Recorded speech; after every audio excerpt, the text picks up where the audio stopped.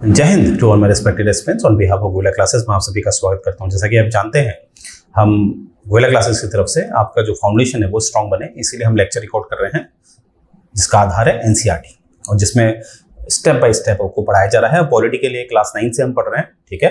तो ऑलरेडी हम डेमोक्रेसी के बारे में बहुत बात कर चुके हैं, प्रीवियस लेक्चर आप लोग देख सकते हैं। तो आइए आज उसी श्रृंखला को आगे बढ़ाते हैं, राइट। तो यहाँ पर सबसे पहला है what is our system of election, यानी कि भारत का क्या तंत्र है चुनाव के लिए, ठीक है। आइए देखते हैं। Can we say that Indian election are democratic, क्या हम कह सकते हैं भारत के जो चुनाव हैं वो लोकतांत्रिक है? क्योंकि कल मैंने कहा था कि चुनाव होने का मतलब ये नहीं है कि देश लोकतांत्रिक है। तो इसी बात को आज हम भारत के उपलक्ष्य में समझते हैं, ठीक है। To answer this question let us take a look at how election are held in India. अब इसका उत्तर जानने के लिए चलिए देखते हैं भारत में इलेक्शन कैसे होते हैं, ठीक है। Lok Sabha and Vidhan Sabha election are held regularly after 5 years. After 5 years, the term of the elected representatives comes to an end. यानी कि यहाँ पर कहा जा रहा है जो केंद्र में हमारी लोकसभा होती है और जो राज्य में विधानसभा होती है, वहां पर हमें दिखता है कि हर 5 वर्ष में चुनाव होते हैं। और जैसे जो भी अगर वो राज्य स्तर पे विधायक है या केंद्र स्तर पे सांसद है, वो जब नियुक्त होके या निर्वाचित होके आता है, तब जब ये निर्वाचन की जो अवधि है 5 वर्ष की, जब वो खत्म हो जाती है तो उसकी जो सदस्यता है वो भी अपने आप खत्म हो जाती है, ठीक है। आगे देखते हैं। द लोकसभा और विधानसभा स्टैंड डिसॉल्व्ड, यानी कि आप जानते ही हैं, अगर मैं केंद्र की बात करूं, केंद्र में हमारे 2 सदन होते हैं, लोकसभा और राज्यसभा। राज्यसभा कभी विघटन नहीं होता उसका, कभी वो भंग नहीं होती, डिसॉल्व नहीं होती, परंतु लोकसभा होती है। वैसे ही राज्य में भी हमें 2 सदन दिखते हैं, ठीक है। एक होता है विधानसभा और एक होता है विधान परिषद। ध्यान देने वाली बात यह है कि हर राज्य में विधान परिषद होना अनिवार्य नहीं है। वर्तमान में 6 ही राज्य हैं जिनके पास विधान परिषद है, जैसे कि उत्तर प्रदेश, बिहार, कर्नाटका, महाराष्ट्र, आंध्र प्रदेश, तेलंगाना। ये 6 राज्य हैं जिनके पास विधान परिषदें हैं, परंतु विधानसभा होना अनिवार्य होता है, ठीक है। तो यहाँ पर आप देखेंगे, अगर मैं बात करूं लोकसभा और विधानसभा की, इसमें क्या समानता है? ये दोनों ही क्या होती हैं? भंग होती हैं, डिसॉल्व होती हैं, जब इनका जो कार्यकाल है, जो 5 वर्ष का कार्यकाल है, वो खत्म हो जाता है। इसके मध्य में भी ये डिसॉल्व हो सकती हैं, हालांकि वो अलग मुद्दा है, ठीक है। फिर आगे क्या है? Election are held in all constituencies at the same time, either on the same day और within a few days, ठीक है। अब देखिए, जो बताया गया है कि यहां पर क्या होता है कि जब ये भंग हो जाती हैं, फिर इसके पश्चात दोबारा से चुनाव होते हैं हर निर्वाचन क्षेत्र में, जिसे हम इंग्लिश में कहते हैं कंस्टिट्यूएंसीज। अब कंस्टिट्यूएंसीज क्या होती है? एक बड़ा क्षेत्र होता है, जैसे मानते हैं भारत है, ठीक है। भारत आप जानते ही हैं कितना बड़ा क्षेत्र है, 32,87,263 स्क्वायर किलोमीटर में फैला हुआ है। तो इतने बड़े क्षेत्र में हम क्या करते हैं? क्षेत्र को विभाजित कर देते हैं अलग अलग कंस्टिट्यूएंसीज में। वर्तमान में आप देखेंगे हमारे पास लगभग 545 निर्वाचन क्षेत्र है, यानी कि हमारे जो अधिकतम जो वर्तमान में जो सांसद लोकसभा में बैठते हैं वो 545 है, यानी कि पूरे भारत को इतने टुकड़ों में बांट दिया गया है और इसके लिए एक व्यक्ति जिम्मेदार होगा, ठीक है। जो जिसके हिस्से में आया है वो जिम्मेदार होगा, ठीक है। एक इसको साधारण तरीके से समझते हैं, जैसे ये बड़ा क्षेत्र है, इसको मैंने 4 में विभाजित कर दिया। ये X है, ये Y है, ये A है, ये B है। तो आप देखेंगे X जो जिम्मेदार होगा वो इस सेक्शन के लिए जिम्मेदार होगा, Y जो जिम्मेदार होगा वो इस सेक्शन के लिए जिम्मेदार होगा। तो ऐसे ही ये जो सेक्शंस हैं, ये जो क्षेत्र है, इसे हम कहते हैं कंस्टिट्यूएंसी। और ये इस व्यक्ति के लिए ये एक निर्वाचन क्षेत्र होगा, इसका एक कॉन्स्टिट्यूएंट एरिया होगा, ठीक है। आगे देखते हैं, आगे क्या है। तो एट द सेम टाइम, अब जो चुनाव होते हैं, ये कहा जा रहा है कि जो कंस्टिट्यूएंसीज हैं इसमें या तो एक समय पे हो जाते हैं या अलग अलग समय पे होते हैं। देखिए, इसका मैं एक आपको वास्तविकता बता देता हूँ। जैसे क्षेत्र होता है, जैसे मानते हैं एक उत्तराखंड है, उत्तराखंड में 70 सीटें हैं, ठीक है। यानी कि उसमें जो विधायक हैं वो 70 कंस्टिट्यूएंसीज में विभाजित है वहाँ की विधानसभा। तो वहाँ पर क्या होता है कि चुनाव एक ही दिन नहीं कराते हैं। जैसे पहले दिन 10 कंस्टिट्यूएंसी का करा दिया, फिर अगले दिन बाकी के 10 करा दिया, इस तरह से वो 3-4 दिन में चुनाव करवा देते हैं, ठीक है। तो ये निर्भर करता है कि आपके पास जो मैन फोर्स है वो कितनी है और उसका क्षेत्रफल कितना बड़ा है। जैसे उत्तराखंड तो छोटा है, वहीं पर मैं यूपी को लूँ तो यूपी तो काफ़ी बड़ा है क्षेत्रफल में, राजस्थान देखिए। तो ऐसी जगहों पे क्या होता है, जो जो जो चुनाव होते हैं उनको कराने में समय लगता है। और अगर कोई छोटा है राज्य, बहुत छोटा राज्य है, जैसे गोवा हम कह सकते हैं, तो वहां पर एक ही दिन में चुनाव कराए जा सकते हैं। ठीक है, तो हम क्या सीखें यहाँ से, वो निर्भर करता है कि क्षेत्रफल कितना बड़ा है और मैन पावर कितनी है। ठीक है, तो यहाँ पर ये बात बता रखिए। तो यही चुनाव कहलाते हैं जनरल इलेक्शन, जो हर 5 वर्ष में जब कार्यकाल पूरा हो जाता है उसके पश्चात जो चुनाव कराए जाते हैं उसे कहते हैं जनरल इलेक्शन। वैसे ही हमारा एक होता है बाई इलेक्शन। बाई इलेक्शन क्या होता है, इसमें क्या होता है, किसी भी कारण की जो कार्यकाल का जो समय है, जो 5 वर्ष होता है आमतौर पर, उसके मध्य में कोई व्यक्ति की मृत्यु हो जाती है या कोई व्यक्ति सीट छोड़ के चला जाता है। ठीक है, यानी कि खुद अपना इस्तीफा दे देता है, तो उस केस में क्या होता है, वो सीट क्या होती है, वेकेंट हो जाती है, तो इसलिए उसके भी चुनाव कराए जाते हैं। तो इन चुनाव को कहते हैं बाई इलेक्शन। ठीक है, तो एक होता है जनरल इलेक्शन जो 5 साल पूरे में होता है, और एक होता है बाई इलेक्शन। आगे देखते हैं कि जो इलेक्टोरल कॉन्स्टिट्यूएंसी, ये मैं आपको बता ही चुका हूं, जो मैंने अभी आपको एग्जांपल दिया था। जैसे 90 एमएलए हैं, तो कहने का क्या मतलब है, एमएलए मतलब क्या होता है, विधायक होते हैं राज्य स्तर के, यानी कि विधानसभा से जुड़े हुए होते हैं। तो जैसे कोई क्षेत्र होगा, कोई राज्य होगा, उसको 90 में विभाजित कर रखा है। ठीक है, अब इसके चुनाव 1 दिन में भी हो सकते हैं, 2 दिन में भी हो सकता है, वो निर्भर करता है मैन पावर और क्षेत्रफल में। तो क्षेत्र के आधार पर, ठीक है, ये जो निर्वाचन क्षेत्र होते हैं जिसे हम कंस्टिट्यूएंसी कहते हैं, वो जुड़ी हुई होती है। ठीक है, एक विधायक की अपनी कंस्टिट्यूएंसी होगी। ठीक है, अपना एक क्षेत्र होगा जहां से वो निर्वाचित हुआ है या होगा। The country is divided into different areas, ये मैं ऑलरेडी बता चुका हूं आपको। ठीक है, कि कंट्री क्या होती है, डिफरेंट एरियाज में डिवाइड कर दी जाती है। जैसे हमने निर्वाचन क्षेत्र बोला है, ठीक है, कंस्टिट्यूएंसी बोला है। दिस एरियाज आर कॉल्ड, एक second, these areas are called electoral constituencies.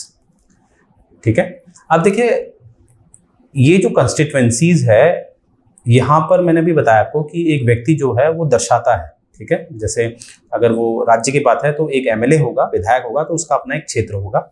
वैसे ही अगर केंद्र होगा तो वहां पर जो सांसद होगा उसका अपना एक क्षेत्र होगा। अब ध्यान देने वाली बात क्या है, ये क्षेत्र जो विभाजित किए गए हैं, ये क्षेत्र में जो ये निर्वाचित होके आया है, इलेक्ट होके आया है, ये इलेक्ट कैसे हुआ है, लोगों से हुआ है ना। तो यानी कि लोगों का भी तो ये क्षेत्र होगा, लोग भी तो विभाजित होंगे। जो जिस इलेक्टोरल कंस्टिट्यूएंसी में जो लोग आएंगे, वो लोग अपने ही जो उनका रिप्रेजेंटेटिव है उसको वोट देंगे। अब मैं कैसे, आपको एक उदाहरण से समझाता हूं। देखिए, जैसे समझ लेते हैं, एक काल्पनिक उदाहरण है समझाने के लिए। ये आपका यूपी है, मानते हैं यूपी को हमने 3 कंस्टिट्यूएंसीज में डिवाइड कर दिया है। ठीक है, एक काल्पनिक उदाहरण है समझाने के लिए। और हम मानते हैं यूपी की जनसंख्या 300 है, 300 लोग रहते हैं, तो 100 लोगों की कॉन्स्टिट्यूएंसी ये हो गई, 100 लोगों की ये हो गई, 100 लोगों की ये हो गई। ठीक है, इस तरह से।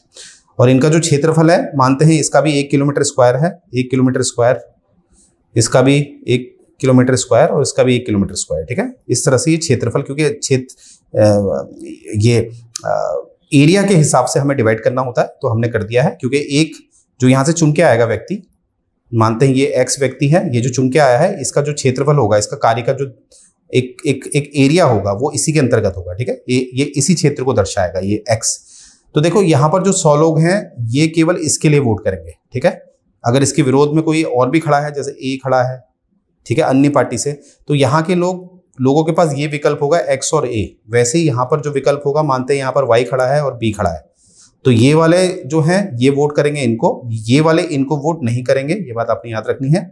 जैसे यहाँ पर से खड़ा है, मानते हैं के और एल, ठीक है, तो यहाँ के जो लोग हैं या तो के को वोट करेंगे या एल को, यहाँ वोट नहीं करेंगे। ठीक है, तो इस तरह से आप देखेंगे जो हमारे लोग होते हैं, आमजन, उनको भी विभाजित कर दिया जाता है, वो अपने अपने क्षेत्र में वोट करते हैं। ठीक है, तो ये जो इलेक्टोरल कंस्टिट्यूएंसीज बनती हैं, ये ज्यादातर जो वोट देते हैं उनके लिए भी बनती है, और यहाँ से जो चुन के लोग, जो जीत के लोग बाहर आते हैं, वो फिर अपनी कंस्टिट्यूएंसीज को या तो विधानसभा में अगर राज्य की बात है, और अन्यथा संसद में अपनी कंस्टिट्यूएंसी का प्रतिनिधित्व करते हैं। ठीक है, अपनी जो समस्याएं हैं उनकी कंस्टिट्यूएंसी की वो रखते हैं। ठीक है, इस तरह से क्या होता है, भारत की पूरी जो समस्या है वो संसद तक पहुंच जाती है। तो ये है हमारा कंस्टिट्यूएंसी का सिद्धांत। आगे देखते हैं, one of the feature of democratic election is that every vote should have equal value. ये हमने स्टार्टिंग वाली क्लास में मैंने पढ़ा था कि ज्यादातर यूरोप में ऐसे देश देखे गए थे बहुत पहले, जब 17वीं शताब्दी से भी पहले की बात मैं बोलूं, तो वहां पर ऐसा होता था कि पहले तो औरतों को वोट देने का अधिकार ही नहीं था। उसके बाद हमें ये भी दिखता था कि जैसे जो अमीर होता था उसका वोट का वैल्यू ज्यादा होता था, मतलब वो उसका एक वोट 10 के वोट के बराबर होगा, और जो गरीब है उसका वोट एक ही होता था। तो ये असमानता थी। परंतु भारत में हम देखेंगे, भारत में बस ये सिद्धांत है कि आप 18 वर्ष के हैं या उससे ज़्यादा के हैं तो आप वोट देने के लिए सक्षम हैं। आप चाहे आप अमीर हैं, गरीब हैं, पुरुष हैं, महिला हैं, आपका वोट समान होगा, यानी कि एक वोट की वैल्यू एक ही होगी। ठीक है, तो ये हमें भारत में दिखता है। ठीक है, ये मैंने ऑलरेडी आपको पढ़ा दिया है। आगे देखते हैं। Each parliamentary constituencies has within the several assemblies constituencies the same principle applied to the panchayat. अब देखिए, इसको एक साधारण तरीके से मैं बताता हूँ। अगर मैं बात करूँ आपसे पार्लियामेंट की कंस्टिट्यूंसी के बारे में, ठीक है, एक सेकेंड, पार्लियामेंट्री कंस्टिट्यूंसी के बारे में, जिसे हम मेंबर ऑफ पार्लियामेंट होते हैं ना, जो इसमें से निकल के आते हैं, आप मानते हैं ये है मेंबर ऑफ पार्लियामेंट की कंस्टिट्यूएंसीज, यानी कि एरिया है उसका। इसी एरिया के अंतर्गत आ जाएंगे आपके एमएलए, जो विधायक साहब होते हैं वो इसके अंडर आते हैं। ठीक है, इस तरह से एमएलए, यानी कि जो एमपी की कंस्टिट्यूएंसी होती है वो बड़ी होती है और उसके अंदर कुछ एमएलएज आते हैं, यानी कि जो विधायिका जो होती है, राज्य की विधानसभा होती है, उसके जो सदस्य बन के आते हैं, जिसे हम विधायक कहते हैं या एमएलए कहते हैं, उनकी कंस्टिट्यूएंसी इसके अंदर होती है। वैसे ही एमएलए को अगर मैं जूम करूं, इसको जूम करता हूं मैं, यहाँ पर जूम करता हूं एमएलए, ये जैसे एमएलए का है, तो एमएलए की कंस्टिट्यूएंसी के अंदर हमारी पंचायत होते हैं, वार्ड्स होते हैं, जो म्यूनिसिपैलिटीज होती हैं। ठीक है, तो सबसे छोटी यूनिट हो गई आपकी पंचायत, म्यूनिसिपैलिटी, उससे बड़ी यूनिट होगी आपकी एमएलए वाली, और सबसे बड़ी यूनिट हो गई आपकी संसद वाली। ठीक है, तो इस तरह से आपको दिखता है कि इस तरह से कंस्टिट्यूएंसी डिवाइड होती है। ठीक है, आगे देखते हैं। Sometime these constituencies are counted as seats, यानी कि जो कंस्टिट्यूएंसी की मैं बात कर रहा हूं, निर्वाचन क्षेत्र, इनको हम सीट्स भी कहते हैं। ठीक है, जैसे उत्तराखंड का एग्जाम्पल ले लेते हैं, जैसे उसमें हम कहते हैं 70 सीटें। उत्तराखंड में अगर सरकार बनानी है तो कम से कम आपको 36 सीटें लानी पड़ेंगी, क्योंकि 70 सीटें हैं कुल, तो सरकार बनाने के लिए हमें 50% + 1 चाहिए, तो 36 सीटें कम से कम चाहिए उत्तराखंड में सरकार बनाने के लिए। तो क्या कहा, 36 सीटें, सीट, और सीट ज्यादातर हम किसके लिए इस्तेमाल करते हैं, कंस्टिट्यूएंसी के लिए। तो ये बात यहाँ पर बताई गई है। आगे क्या है, when we say that Lok Dal won 60 seats in Haryana, it means that candidate of Lok Dal won 60 assemblies constituencies, यानी कि सीट और कंस्टिट्यूएंसी एक ही बात है। तो आमतौर पे जब आदमी बात करता है तो ये नहीं कहता है कि 60 कंस्टिट्यूएंसीज जीती है, वो कहता है 60 सीट्स हमने जीती है। तो ये बात इसमें बताई गई है। आगे देखते हैं। अब रिजर्व्ड कॉन्स्टिट्यूएंसीज, देखिए ऐसा है, जैसे हमारे समाज में, जैसे अगर हम थोड़ा इतिहास की तरफ जाएं तो हमें दिखता है कि हमारा समाज इतना साइंटिफिक नहीं था। साइंटिफिक से मेरा मतलब है कि वहां पर ज्यादा धर्म की बातें होती थी हमारे समाज में, इस तरह की बातें होती थी, जैसे राणा प्रताप का घोड़ा तो 7 समुंदर पार कर लेता था, इस तरह की बातें आप समझ सकते हैं। इसका कोई औचित्य नहीं है, ये बड़ा चढ़ाकर बोला जाता है। और जहां पर तर्कपूर्ण बातें की जाती हैं, जहां पर आविष्कारों की बात की जाती है, उसे हम कहते हैं साइंटिफिक सोसाइटी। तो साइंस जो था भारत में काफी लेट आया। ठीक है, तो इसीलिए क्या था कि धर्म में कुछ छेड़छाड़ हुई। ठीक है, उसके बाद हमें दिखता है कि लोगों को विभाजित कर दिया गया, जैसे कुछ ऊंची जात के लोग बने, कुछ नीची जात के लोग बने। तो इसीलिए हमें दिखता है कि समाज में असमानता काफी आई, जिसे हम इंग्लिश में इनइक्वालिटीज कहते हैं। औरतों को बिल्कुल दबा के रखा गया, पुरुष हमेशा आगे रहे। तो इस तरह से हमें दिखता है। ठीक है, तो इसीलिए जब हमारा संविधान बना, जब हम एक लोकतांत्रिक बने, तो लोकतंत्र का तो सबसे पहला जो सिद्धांत है वो है समानता देना। तो यहाँ पर हमने क्या किया गया कि जो लोग समाज में बहुत पिछड़े थे, जैसे SC ST OBC, इस तरह के लोग, महिलाएं, तो वहां पर इन लोगों को आरक्षण देने का प्रक्रिया की गई। यानी कि जो अब मैं अभी आपसे कंस्टिट्यूएंसी वाली बात करने लगा था, तो वहीं पर हमें दिखता है कि बहुत सारी कंस्टिट्यूएंसीज में आरक्षण दिए गए। और आरक्षण क्यों दिए जाते हैं कि जो लोग दबे कुचले हैं उनको मौका दिया जाए कि वो अपने आप को सिद्ध करें, और एक जो अन्य लोग हैं, जो समान लोग हैं, उनके बराबर वो आए। ठीक है, तो यहाँ पर ये बात बता रखी है। ठीक है, ये मैंने ऑलरेडी हमको सिंपल लैंग्वेज में बता दी है। रिक्वायर्ड एजुकेशन, ये मैं हैव डेमोक्रेटिक, ठीक है, ये ऑलरेडी मैंने बता दिया है। रिजर्वेशन वाली बात जो है, ये देखिए SC ST वाली मैंने एक आसान शब्दों में आपको बता दी है। आप ये स्लाइड जरूर पढ़िएगा। ठीक है, आगे देखते हैं।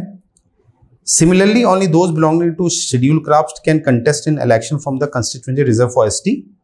ठीक है, तो इसमें मतलब ये बता रखा है कि जैसे अब क्या होता है जब आरक्षण मिल जाता है, जैसे जो हम सीट्स की बात कर रहे हैं, सीट्स मतलब कंस्टिट्यूएंसीज, तो सीट्स में अगर वो SC की सीट है तो उस सीट में केवल कौन प्रत्याशी खड़ा हो सकता है, वो है सिर्फ SC। और वैसे एसटी की सीट होगी तो कौन खड़ा होगा, एसटी। तो इस वजह से क्या होता है कि एक प्रतिनिधित्व तो मिल पाता है जो पिछड़ा वर्ग होता है उसको, ठीक है। तो ये बात आपने याद रखनी।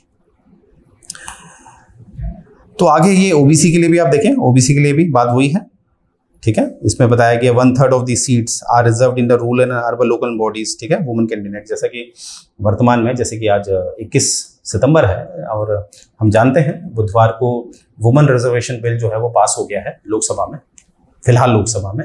और उसमें क्या होगा कि 33% आरक्षण दिया जाएगा महिलाओं को लोकसभा और विधानसभाओं में।